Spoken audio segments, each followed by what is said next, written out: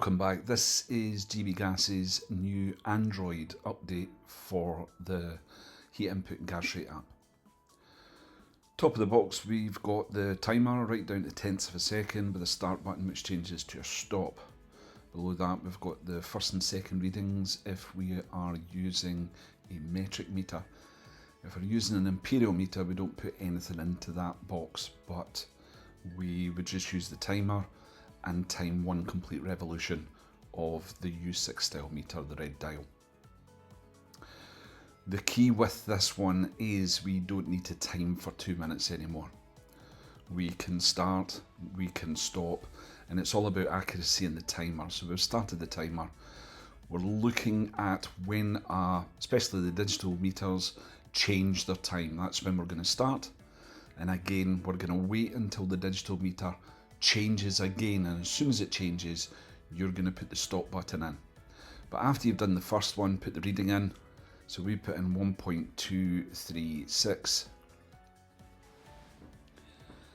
and we're going to wait for the time, and then we're going to put the second reading in. So as soon as the number changes, we're going to stop there. 40.2 seconds. So now what we're going to do is record the second reading. We're going to type that in, whatever it was, and as I said, you either wait for it to change if it's a digital, or wait for a whole number if it's an old analog type metric meter. Then we can simply hit calculate, and down the bottom left hand side there you can see that we've got the gas rate 1.97, heat input net and heat input gross. Now, we do have a low fire button, so for modern boilers we're to do a high fire and low fire setting to make sure that combustion is working properly. So all we need to do is click on the yellow button.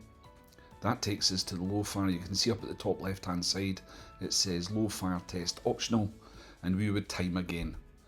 For this boiler, we're going to assume that it's an older boiler, so just click on the button again. It takes us back to the high fire, and again you can see that at the top left hand side. What we can do with this system is we can print it.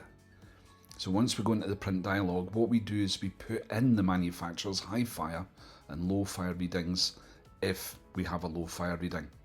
And then we've got two choices. We can either print it as a PDF and that will go into your file system, or we can print it as an image and that will go into your picture folder. So we've said the manufacturer here it's 20.2, we then press enter, it then prints the PDF and asks me to save it, so I'm going to save it in my files. Once it downloads into the files, there it is appearing at the top, you can see that it's date and time coded as part of the saving mechanism. And now we have all the information we need.